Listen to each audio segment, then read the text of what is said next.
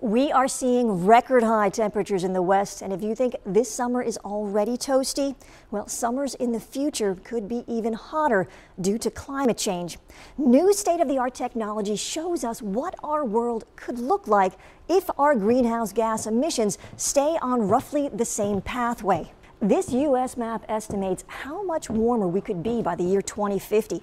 The Midwest and the West are the most dramatic hotspots, where temperatures are expected to rise roughly 4 to 5 degrees. Now, the reason is because we see these areas of high pressure really set up and dominate. And you know what? That's consistent with what we've already seen over the past 30 to 40 years.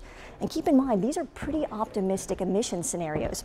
Now, let's take a look at 3 U.S. cities: New York City, Kansas City, and Boise, Idaho. Okay, the average temperature in New York City today is roughly 84 degrees. By the year 2050, that jumps up to 88 degrees. Kansas City, average temperature today is 88 degrees, but by 2050, they're up 5 degrees to 93.